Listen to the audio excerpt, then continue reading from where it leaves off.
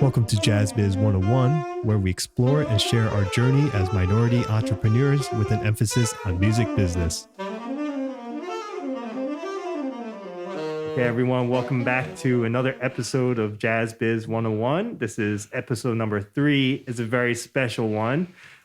We are actually recording this straight from Bill's place. We had just recorded 2 sets of music of the Bill Saxton QUARTET, which is going to be available for streaming on our website. You can buy tickets now, www.yardbirdent.com/calendar. And there you can buy tickets for these 2 sets of music. And so just want to introduce, there's actually 4 people here today. It's me, Peter Lin, but then I have here Abel Morales, as usual, part of Yardbird Entertainment. We are joined here by Mr. Michael Ross, actually, who is a lawyer in the entertainment industry, specializing in that. And we also have Bill Saxton here, who we just recorded, but he's a saxophonist himself and long time born here in Harlem and has his own club called Bill's Place, which he has been running for over 16 years. So just welcome, gentlemen. Thank you for being a part of this. Yeah, thank you so much for joining us. And Yes. man, what a night, man! You guys did 2 sets of music, and we had the pleasure to film you guys and record you guys at Bill's. It's actually I think it's personally my first time. I've heard about it. I've always wanted to come, and I'm glad that finally made it. It's a legendary spot. It's been around even before it was Bill's Place, right? Oh, yeah, it goes back to 1929, 28. Man, that's amazing. Yeah, man. Fatsuala, James P. Johnson, Willie Lyon Smith, You see, this street was Swing Street. This street was known to have, this is where the musicians came. And they had a club called Club Mexico. There was one called The Palace. There was one called the Clam House. It was full of speakeasies, So each speakeasy was all in the same block. So it depends on what you taste. The one they called the Clam House, they didn't serve clams. So I was wondering what they were doing, I never, Leave that up to the imagination. Right. But all kinds of stuff was going on, Mae West, Tallulah Bankhead. Used to hang out, and Billie Holiday was a teenager. And she actually got her start in this club. And when we got the place, we didn't even know it. And I used to play with Roy Haynes back in the 70s. Mm-hmm. So he gave me a set of his drums. That's why we have Roy Haynes drums. Those are actually his drums that he gave to me. That's awesome. Because I played with him. I played with him about 3-4 years. Yeah. Wow. Yeah. Wow. Man, there's a lot of history here in this street as we are learning. And as we know already as musicians, Peter and I, we know Harlem is the spot, for this music with a lab, for a lot of musicians. Michael, tell us a little bit about you and what you're doing, man, with the music and the industry and the law and everything, man. Right. Well, it's first of all, it's just an honor to be able to sit here with this incomparable jazz musician, Bill Saxton, who I've known now for some decades, and to be able to get back to New York and soak in the history, the rich history. He mentioned 1920. It leads me to want to ask him, is that when he first heard jazz? Yeah. maybe through the ancestors. Maybe through the ancestors. Because, So on a more serious note, I'm wondering, when did you first hear jazz and how were you inspired by that? Well, growing up in Harlem, they used to have jukeboxes. Where you put a quarter in, you can play 3 records, 3 songs. And when I was in grade school, there was this place we used to go to called the Blue something to have lunch. And the people would play music, and they would play the music of Moaning by Art Blakey, with the Messengers. I didn't know what it was, but I liked it, Plus, I used to sell newspapers as a kid, and I lived on 146th Street, so I walked from 146th to 125th Street, and it's passed by at least 20 bars that all had music. And And so I stick my head in, check it out, selling my newspapers. And, they would let me come in to sell newspapers. And then I had to get the fuck out. Too young. Yeah, you're too young. Yeah, but all of it was there, but I didn't realize that it was soaking in. In addition to that, I had a neighbor who used to, on Saturdays, she used to play music loud all day until she finished doing her housework. And she too would play the music of Gloria Lynn, Arthur Prysock. Basically, I didn't know what it was. I didn't know the songs. I just heard it, and as a kid, just running around. Soak it. It's soaked in. And then later on, when I started playing music, people would say, well, do you know this song? And I didn't know the title, but when they started playing it, plus I had a good ear, anything that I could hear, I could play it almost. So I'd play it because I knew the song, but I didn't know the name of the song. So I had to learn the names of the songs. So playing it. That was my challenge, learning the names of the song. But that was the beginning of the whole journey. And then my family moved from Harlem. It was a big fire in the building. We were placed in the housing projects. And they put us downtown there, Avenue D, down over there near Columbia Street, where there's a bunch of projects all lined up one behind the other. And Jackie McLean happened to live down there. And I met Jackie McLean. I met his son, a bunch of young musicians. He's always been around young musicians. Jackie was like a magnet for young musicians. Yes. And I met them, and that's when I decided that that's what I want to do.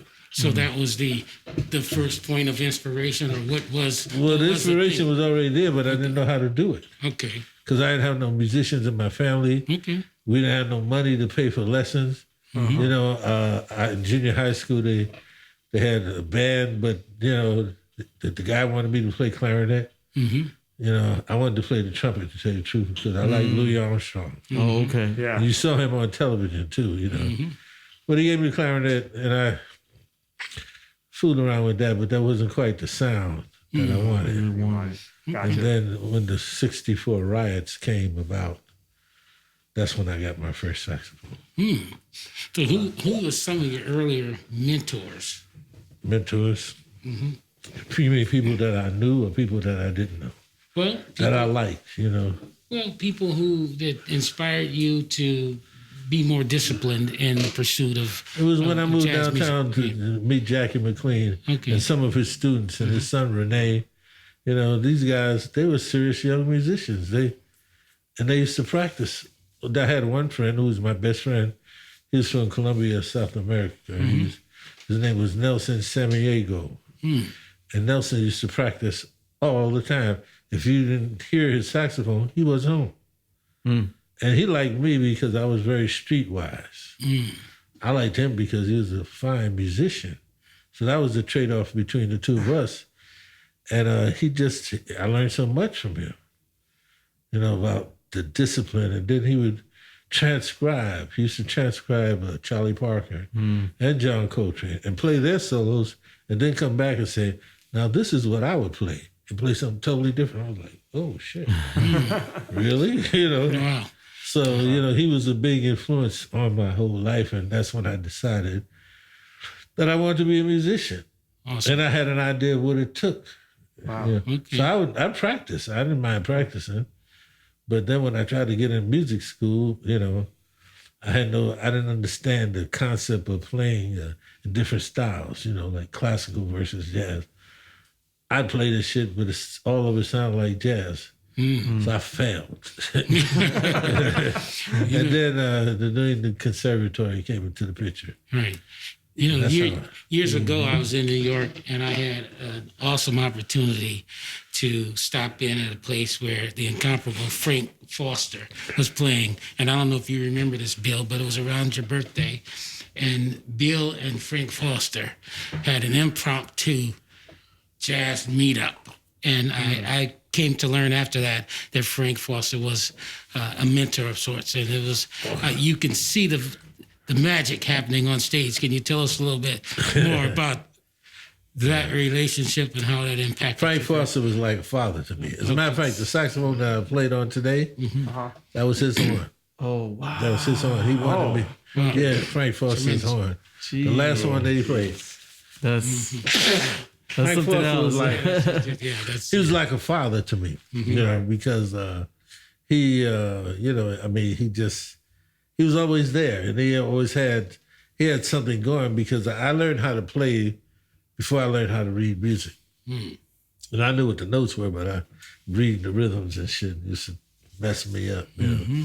Still sometimes it's hard. I have to sing it first and then I play it in school. Right. You know. Right. But he was always good. He was always good to me, and he realized that I needed help, so he would help me. You know, and he always hired me. I remember one time I was playing with his band in this club called La Boheme.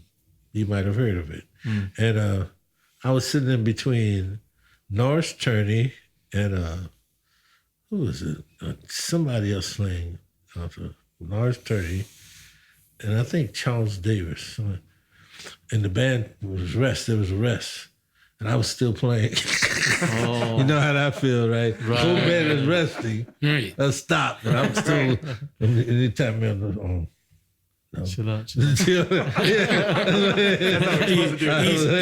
Easy. You know about that. I was a nervous wreck. Right.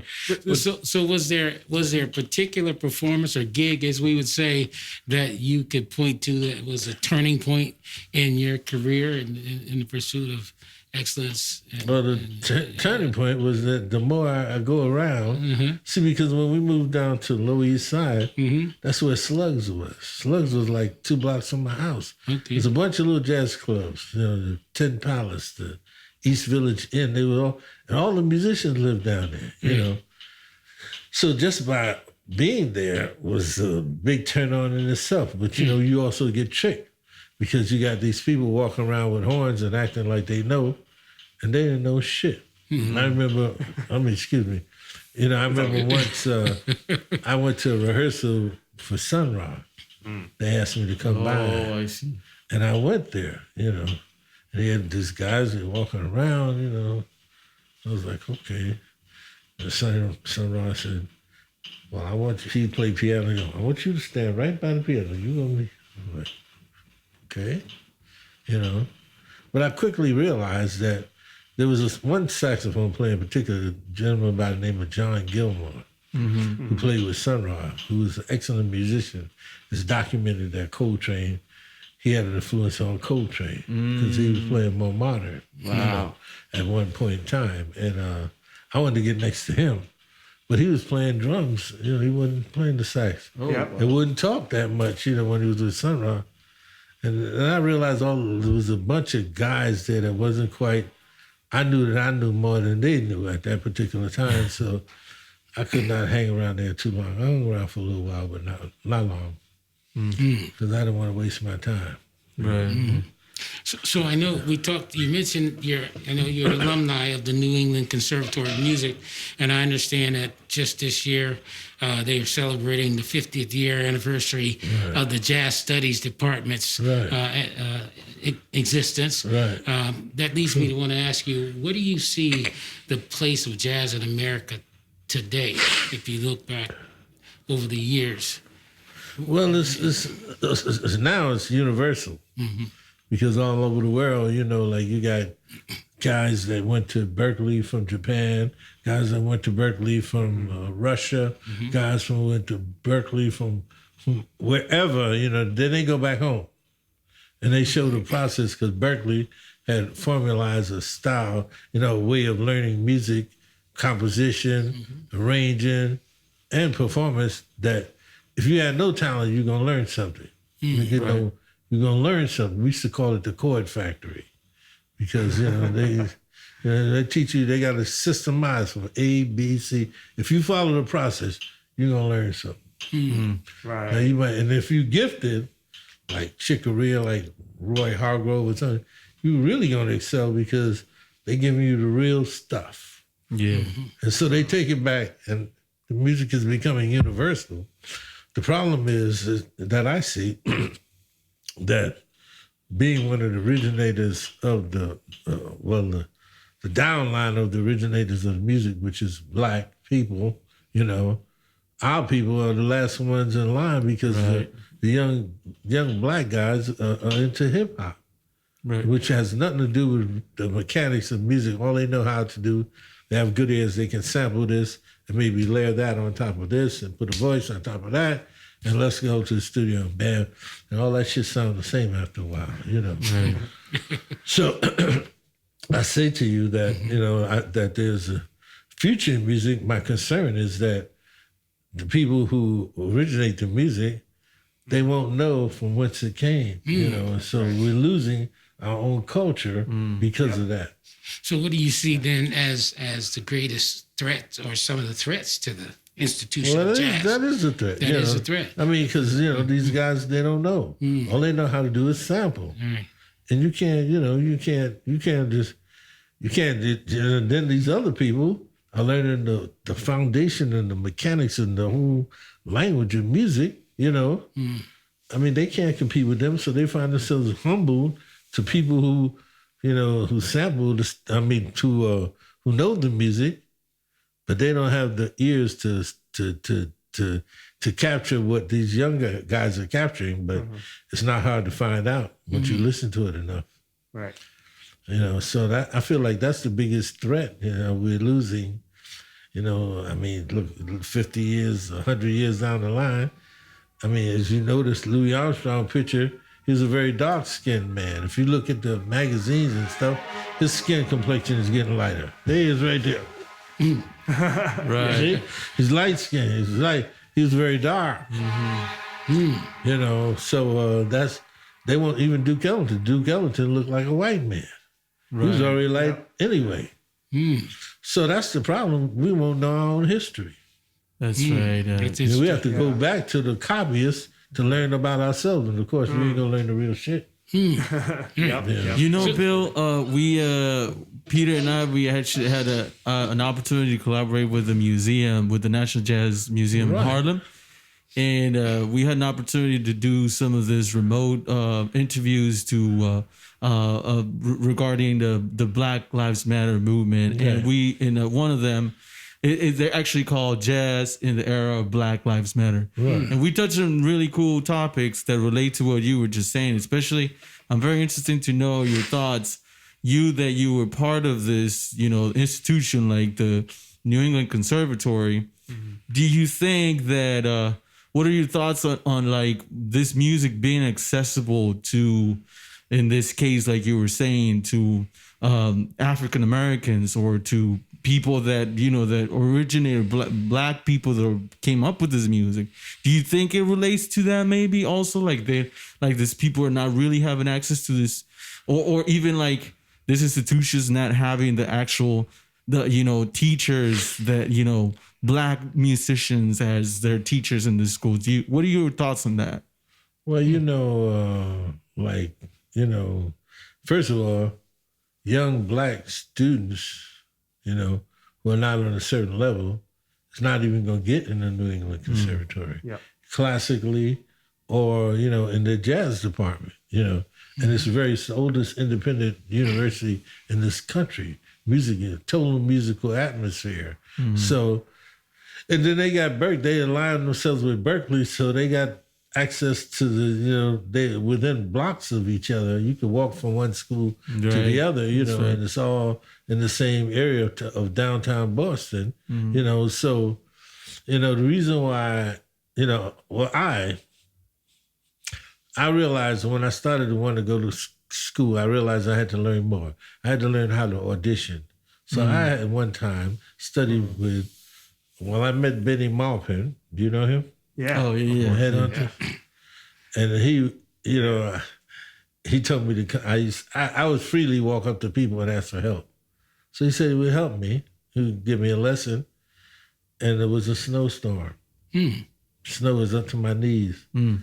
He just knew I wasn't coming. I showed up to his house, knocked on the door. So, all you could see was the trail of my horn case and me. And I had one of those big coffin cases, Right. And from that point on, he never charged me a dime because he realized that I was serious. And then me coming through the snowstorm made a big impression on him. Gotcha. Then he went on the road and I studied he told me to check out Joe Henderson. You see, they're both from Detroit. So I studied with both of them. I studied with Joe Henderson. And Joe Henderson was, he was quite a guy, you know. He liked me. He would charge me. What did he charge me? I think he charged me $15.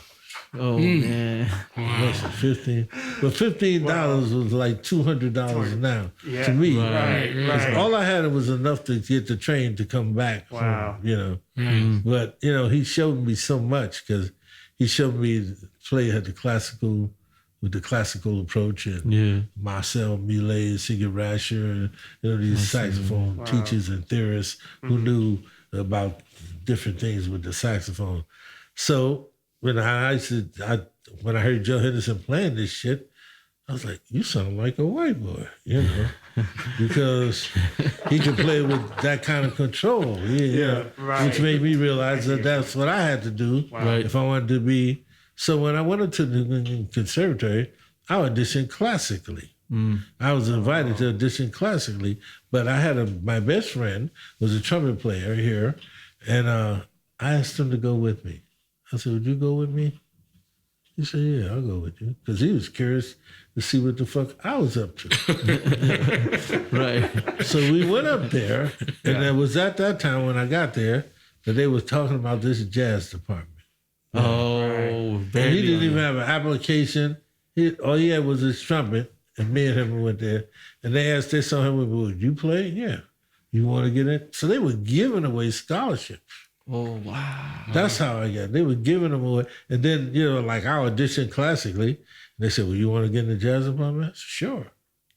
So that's how that whole thing got. Yeah, nice. That's how it happened. And they also recruited some musicians who was in Berkeley that couldn't pay their bills, you know, and they gave them scholarships. Tremendous. That's how they started their program. They had, the original theory was to expose the classical musicians to people who could play without looking at a music on a page.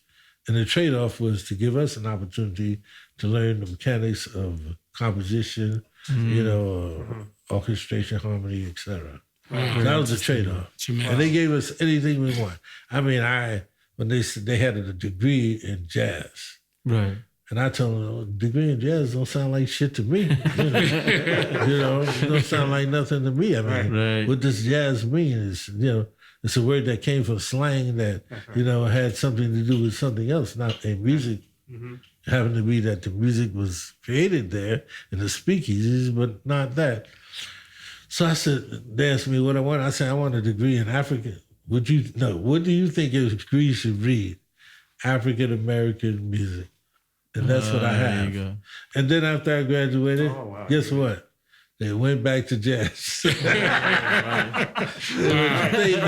everybody's happy. Wow. But so they might have did that for a certain small group of people. And then wow. So your degree actually says African American. It's African American Studies. Yeah, African American Studies. Wow. Does not say jazz because jazz is an institution. At that time, that was in the late 60s, early 70s. So you know, if you were black and you raised hell, oh, don't get angry. What do you want? Right. I said, damn. Yeah, that's all I have to do. All I have to do. Get mad. I was mad all the time. I was never happy about nothing. Were you gigging at that time? Well, they had a little club up in Boston called Wally's. Okay. Wally's was a place that had been there since God knows when. As a matter of fact, it was on Massachusetts Avenue. Massachusetts Avenue traveled from Boston to Cambridge.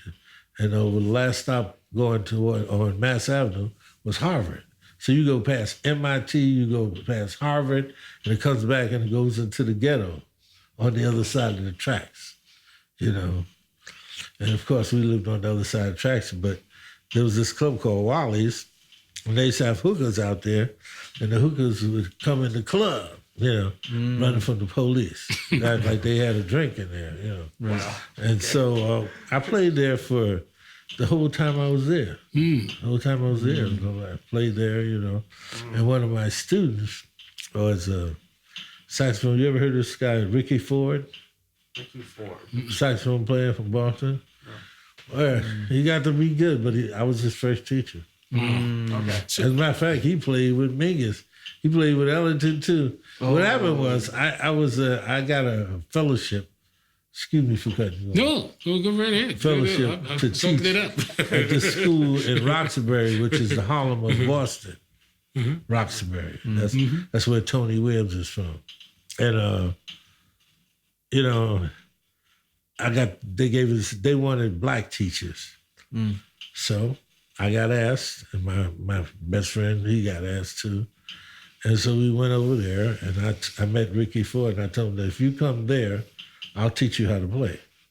He came, and it wouldn't cost you nothing. You just got to show up because the Ford Foundation had funded the program. Nice. So, So I taught him. But I would always go to New York every summer because that's where my home is. He was there, and Duke Ellington used to play for this lady. Her name was Elma Lewis. She started a school up there in Boston. She was a dancer, but she was very dark and kind of stocky. Not a ballerina's body, So she had a hard time, So she got these people to give her money to start this school, And Duke Ellington used to play for her every year. So he came up there to play for her, and she started telling him about my student. I wasn't there because I came to New York. He got the gig with Duke Ellington. Yeah. Talking about wrong place, wrong time, baby. I know about that. Right. Yeah. And then from there, he got the gig with Charlie Mingus. Wow. My student. And then he would write, then he would say, "Oh, yeah, I know Bill. We used to practice together." Oh, my God. I said, "No kidding." I mean, And we said, "I know him." He arrived. He's over there and I'm over here. Guess what? So tell us, from Wally's now to Bill's Place. Bring it full circle. Why Bill's Place in Harlem? Well, even when I was in Boston, there was this church on West Newton Street. And I forgot how we got into this church. I don't remember how it began, but I know that they let us have the basement of the church to play our music. They let us do that, And so I created this organization called the Black Avant-Garde. And we used to play in this place every weekend. And, we used to I had my girlfriend who, she was an excellent cook. I used to eat these pies called bean pies. You heard about bean pie? Bean pie. It's made out of white beans, but it really tastes like coconut custard almost. Wow. It's really good. Oh, man. This girl can make, she said, I can make a pie. So she started making these pies. I tasted it. I said, "No, baby, you ain't got it." One day she came up with this shit. Had these pies, man. I was selling bean pies. You know this trombone player named Art Barron? Yeah, of course. Yeah. Tell him that you met a guy, if you can, a guy who used to sell him bean pies. He calls me Bean Pie Bill to this day. Yeah. You think I'm lying? Ask him. Just say, "Do you know somebody named used to sell bean pies?" I'm the only one. He still calls me Bean Pie Bill right now. Yeah, That's hilarious. That's the truth. I swear to God. Wow. See, I've always had that, we call it uptown, hustle spirit. Make something happen. Make something happen. You don't know what you're making, but sometimes it ain't good either, but still something's going to happen from it. Yeah. And that's what happened with that. If I had backing and smarts, I probably would stop playing the saxophone because I had everybody in the whole New England Conservatory buying these pies. Every week, I come with a big box of pies and sell out. My girlfriend, I bet they were good, man. They were that sounds delicious. the secretaries, the president, everybody. So how much were you selling them for? Jesus At that Christ. time? I think $10 or $15, something like that. Wow. Yeah. But we just students are just doing shit. In between practice, I would she would cook them, I'd sell them. Nice. Wow. Give her money. So that's So that was the beginning of me starting. So to me, coming to Bill's Place was not a big stretch because I used to also play it when I moved back to New York after me. I got my first jobs was with Latin bands. So I recorded and played with Mongo Santa Maria, Tito Puente, Machito. Because I could read. Now I'm good. I can read. Shit, everything was in cut time. So you had to be able to deal. Handwritten too.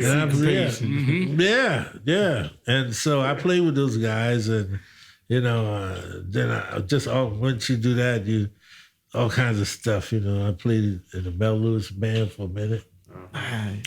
All kinds of situations. Then I ended up playing at this club called way later, the St. Nick's Pub. I happened to have been married, and my ex-wife, I got taken off. I got ripped off. I didn't have. So I had to play at this club, and she dropped. I had a son that was 11 years old, and she dropped him off at my house. Bam! So another weight on top of my head. I couldn't travel, so I used to stay. I had to play. So I played at this place called the St. Nick's Pub. Now, where was the pub? I know the pub, and I think that's where we met. That's where we met. A couple of decades ago. The pub was, I know it was on St. Nicholas Avenue, and what? Yeah, and it had 149th Street. 149th, that's right. And that place had a history too. Right. Because it was owned by this piano player called Lucky Roberts. You know Lucky Roberts? He's in that picture, the great day in Harlem, little short guy, stocky man. Okay. He wrote a tune called Moonlight Cocktails, and it was a big hit. And so he bought this club called Mr. Lucky's Paradise. And when I was playing there, Sonny Rollins told me that, because Sonny Rollins grew up on 140, up there on St. Nicholas Place, up there near 100, before 155th Street, 153rd Street, something like that, after he moved from Harlem. And he told me that there was a lot of history, because even Charlie Parker there's a chicken joint next there. He used to be in the chicken joint, cleaning chickens. That was a hustle. I heard about that. Yeah, so Lucky Roberts had his club. Then it became the Pink Angel after Lucky Roberts. And then it was called Dudes. And when it was Dudes, Jack McDuff used to play there all the time. Used to be there all the time, And then it became St. Nick's Pub. Wow. And that's when I came into the picture, Right. And I was playing there, and I started playing there every Friday night, And I had Bobby Forrester, you ever heard of him? Organ player. No. Motherfucker. Oh, man, we used to play any and everything. And we had this thing, man, you started at 10 o'clock, and when we get there, everybody moving slow and shit. And once we started playing, everybody like this. Couldn't believe it. People, tourists, Japanese, come there, all kind of people. Yeah, tremendous crowd. Wow. And I used to talk to the owner and say, man, we should buy this place. Yeah. But there's an interesting thing. I didn't have any money. Go ahead. No, I was going to say, you mentioned how the crowd became sort of an international crowd that found their way. But I've seen that happen here at Bill's place now. Oh, yeah. When I've come in and out of the city, and now, over the last 15 or 16 years, you've accumulated quite a following. And now with the pandemic, I imagine that has... that kicked us out. But everybody. Yeah. Not just us. Hence this project. For sure. But the thing is like, playing, having my own place and playing, we didn't know that it was going to work. We started out, because we want to make it community friendly. So we started out $10. Yeah. Can you imagine $10 in here? You can have 30 people, if you can get 30 people in there. It's a full house. $10, you only got $300. You ain't got shit. That's right. Yeah. So we went up to $15. Right. A little bit better. Then we went up to $20.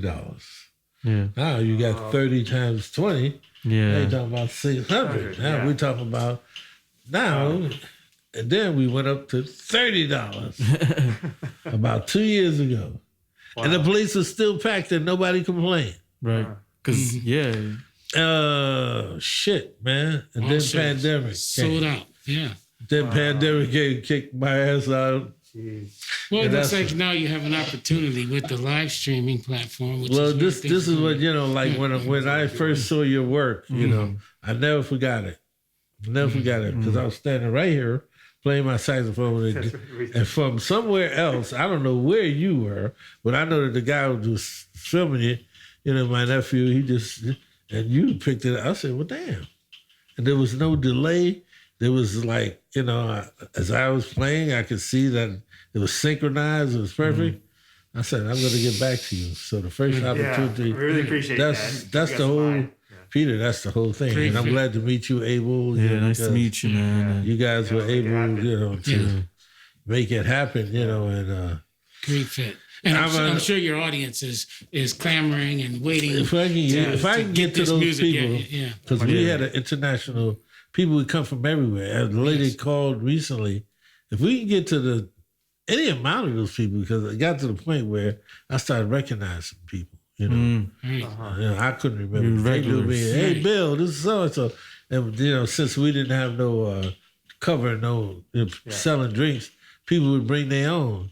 So what they didn't finish, they gave it to me. So I had a stash of bottles, of half a bottle of this, a half a bottle, a quarter of that. And so they would all automatically, well, Bill, you gonna have a drink with us? Yeah, give me this. I'll drink with them, and then somebody over here, they got some other shit. So sometimes I was pretty ripped. Walk around here because I drink this, mix this shit with that.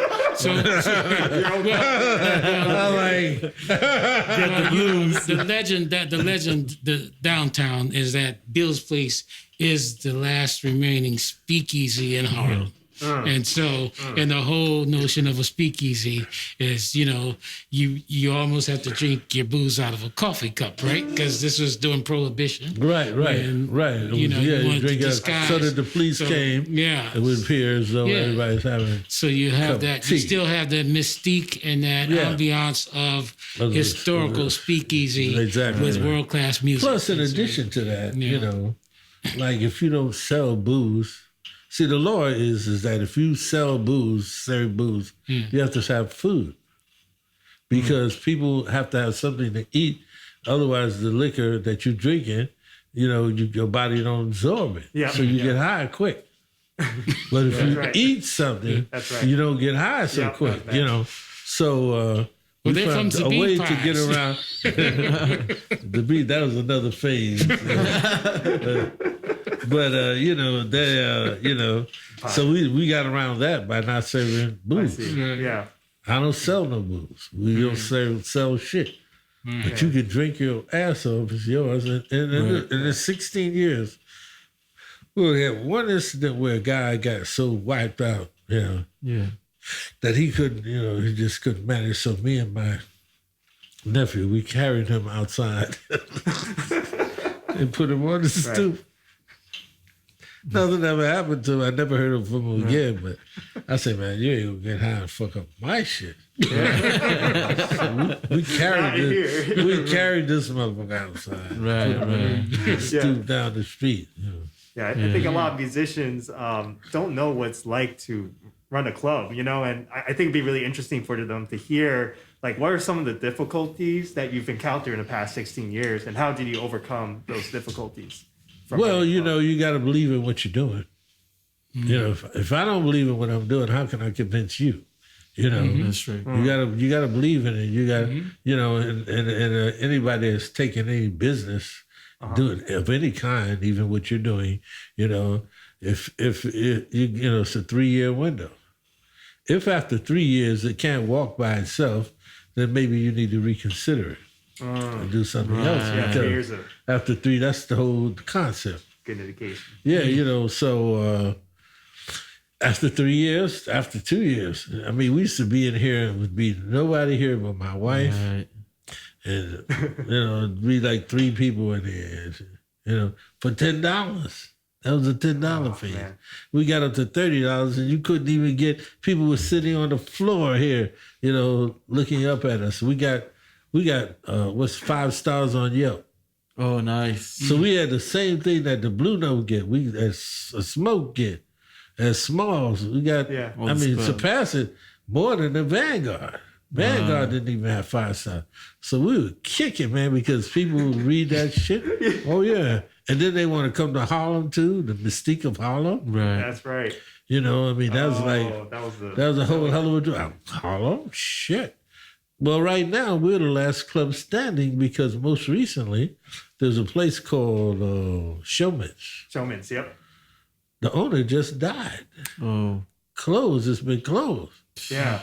You know, closed. I mean, done. Yeah. That was the last club in Harlem. We were the other place, but they had a certain kind of crowd that come there anyway. So right. Now we're the only club that's happening, and we're not happening because it ain't nothing going on. That's right. So it's kind of strange, you know. Yeah, definitely. You know, that's we're really literally the last club standing. Wow. Yeah. So now we have to do it on the stream, and I was reluctant at first. I said, I think it was Lou Donald said, I spoke to him. He said, man, it's strange doing that stream and stuff, man, because you ain't playing for no people. You just, That's you know, right. Yep. you know, you Yep. the connection between the music and the people is like one thing. Super important. And now that's gone. That one thing is no longer there. You know, it's a drag, you know. It's a different vibe for sure. Yeah. Yeah. But, you know, if guys, if you just for that hour, you know, like we did 2 hours today, you know. Yeah. And that's, to tell you the honest truth, I started getting a little bit tired, you know. Right.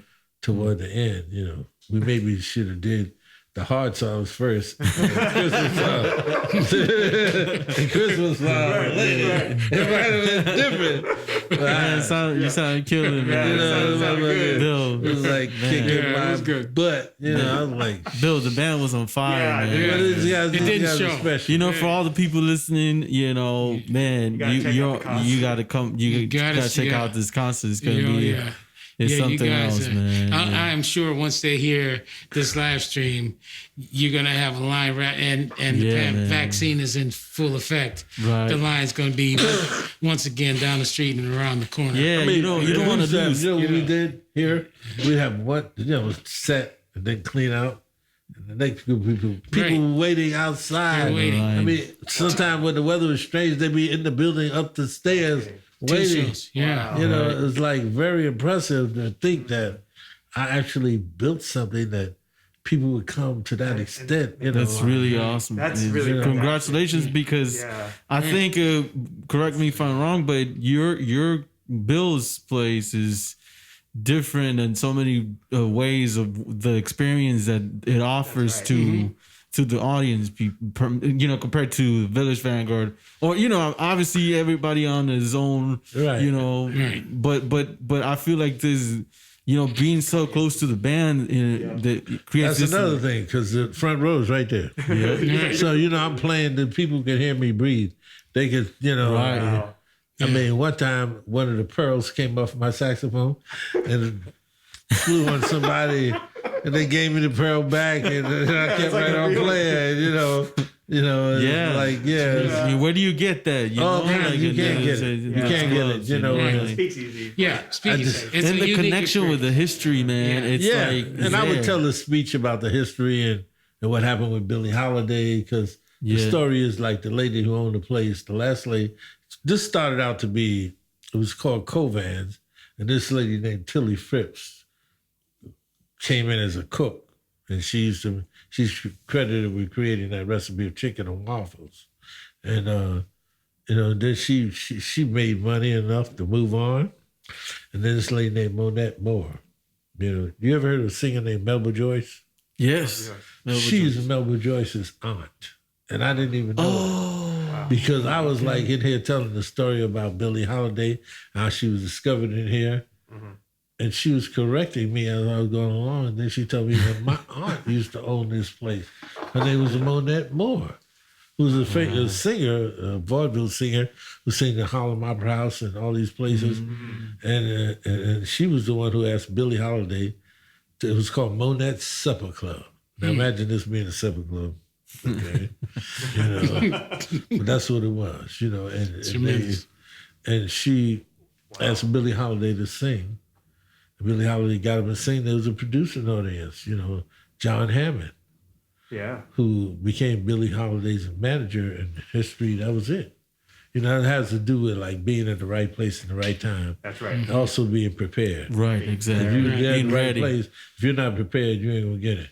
Yeah, right. But if you are prepared, it's all right there. That first Yeah. impression, huh? Yeah, you know, the formula, preparation, and opportunity Yes. equals success. Yeah. Period.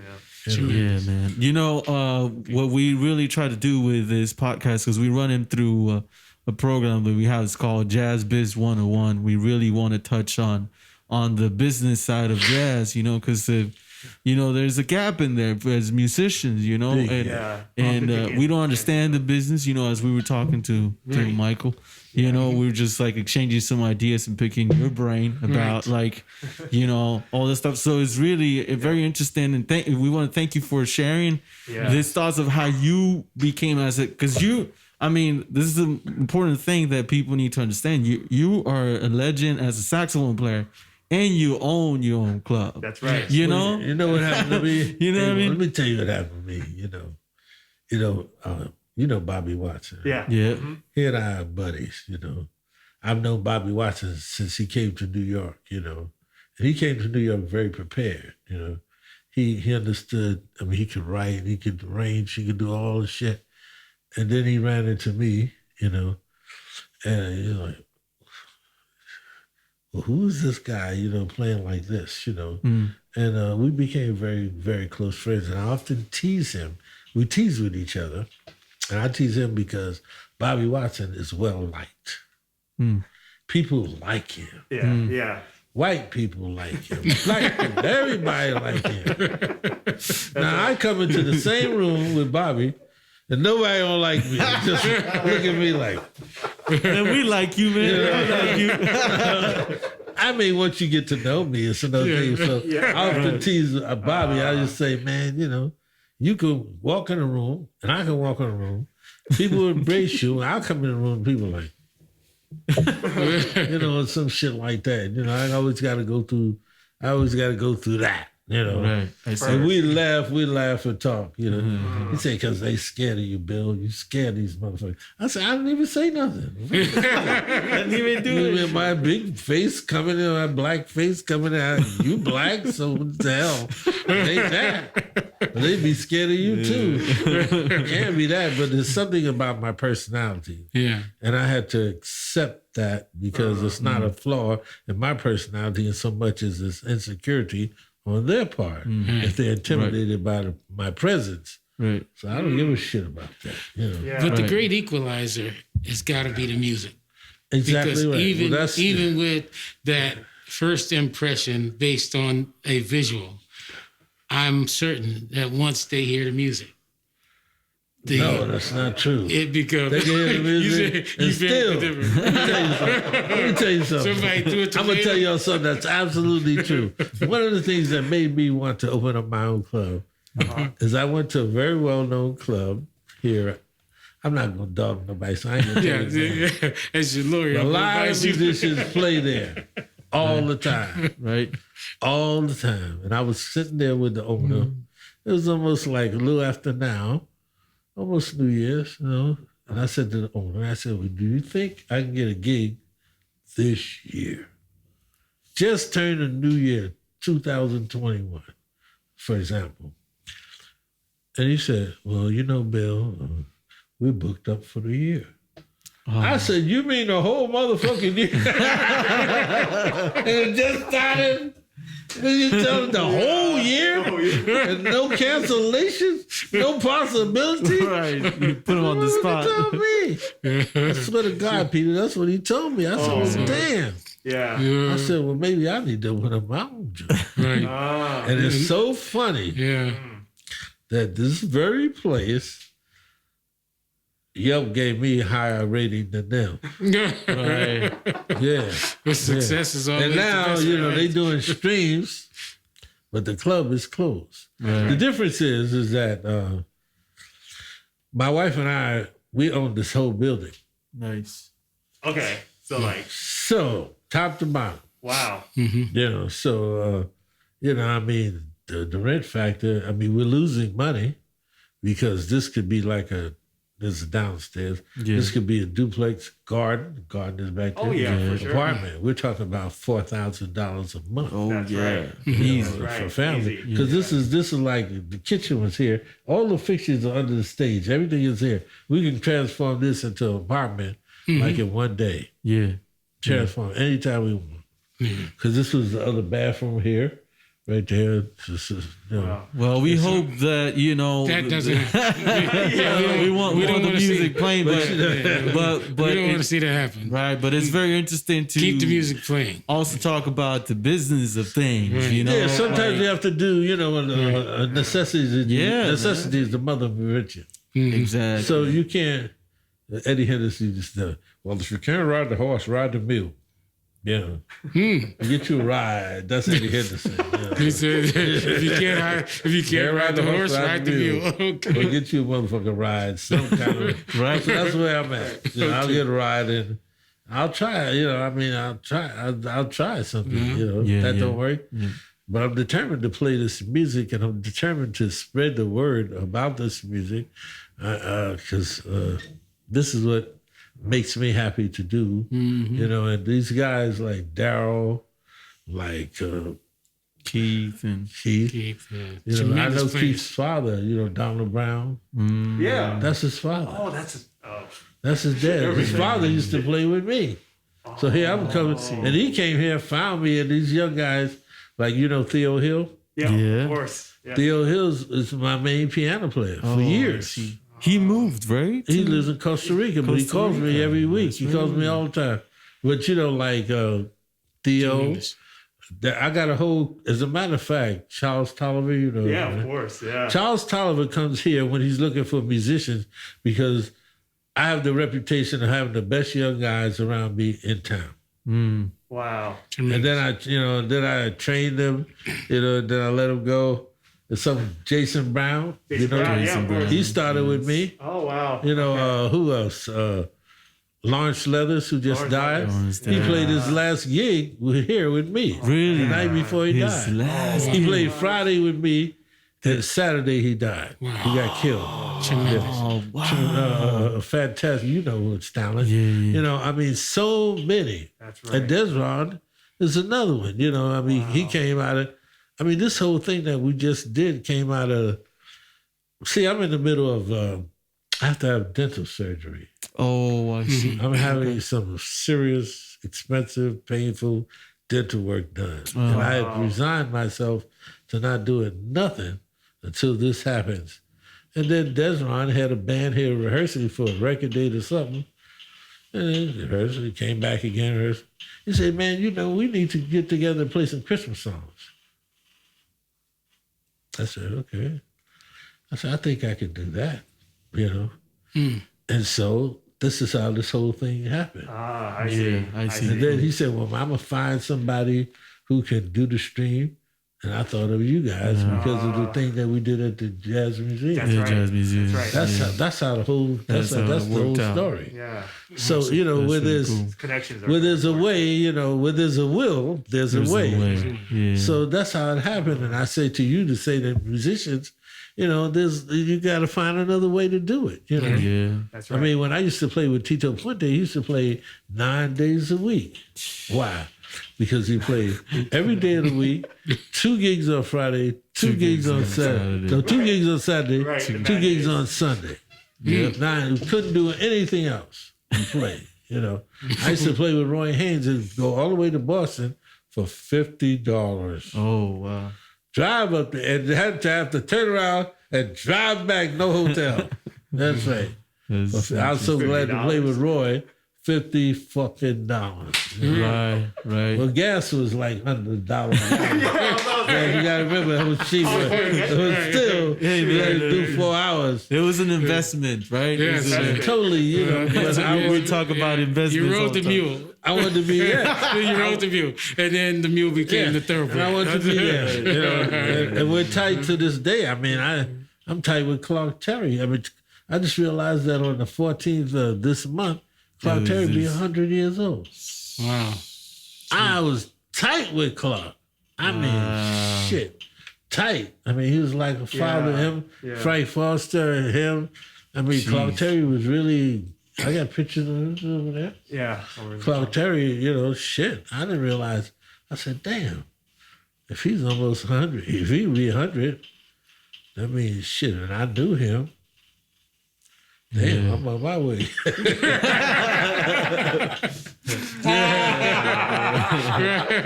Shit. We still need you around, man. We still need you around. Yeah, you guys know me, and I know him. He's already 100, and shit.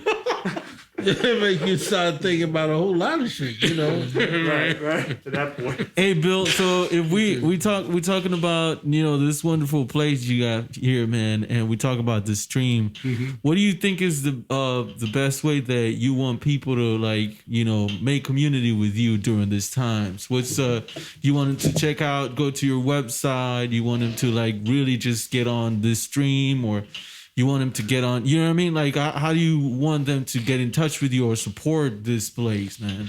Well, you know, I think that support is always cool. You know, you can buy a ticket, or you can make a donation, or buy a ticket and make a donation. All of that is acceptable and appreciated most humbly, because now the music whole scene, everything has changed. And I don't think it's going to ever go back to what we knew it.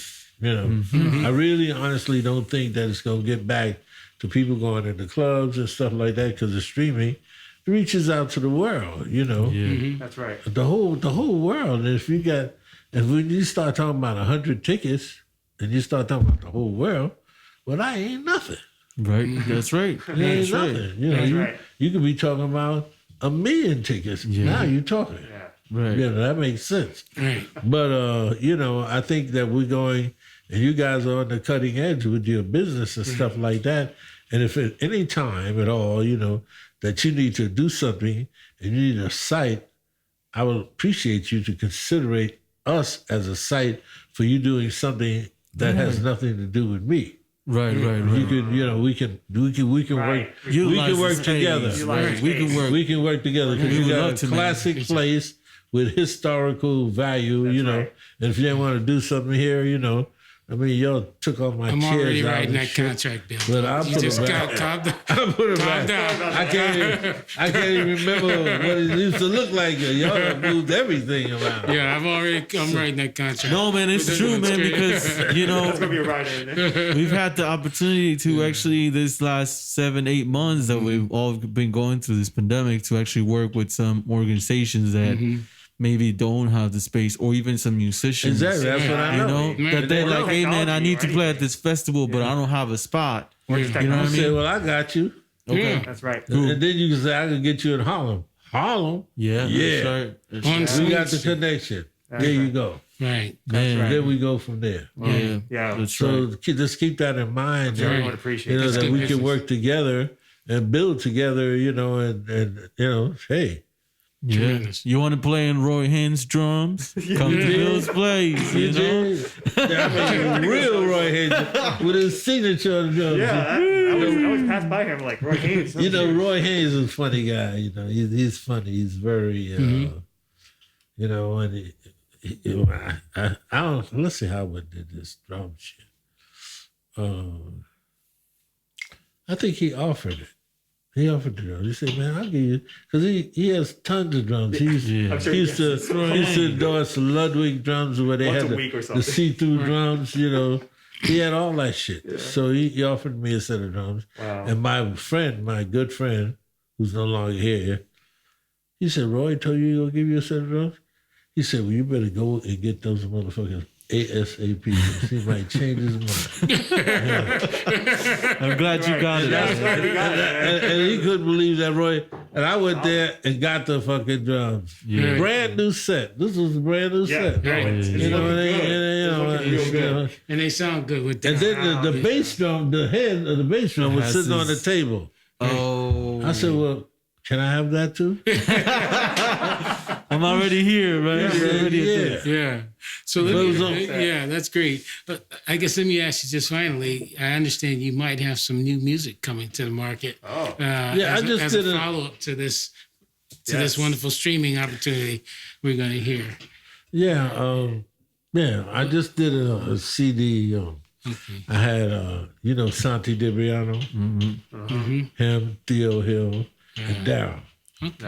Nice. Beautiful. And we went to the studio, but I couldn't get a record company to pick it up. Okay. So I didn't blitz the whole, I went to the guy at Muse, Barney Fields. Yeah. So now we're in the world of He's the full of shit. independence. It's just, again, you get back on the move, Couldn't get right? nothing And we get around. That's, but I know. we'll do So it. when you guys came along, I said, well, shit, that's why we play some of the same music that's on the CD. I To see. kind of advertise the CD. CD's coming. New That's music. why. That's a Because good I could have idea, played a whole man. lot of different shit. Awesome, good music. Shoot. Yeah, man. Yeah. Wow.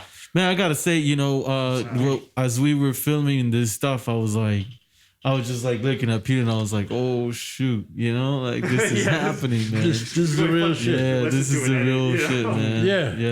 Yeah. The sure. band was on it. Like you guys took it to another level. So I can't wait for us to piece all this together. It's already together. We just got, we're not doing much. We just, Do what you do. shaping it. Make it shine. Yeah. Yeah, Put a little shine. but very much looking forward to it, man. Yeah. Thank you again, man. Thank you, brothers. Thank you. I really That's why appreciate it, man. I appreciate you guys, man. That's why, I just, I'm overwhelmed. Yeah, man.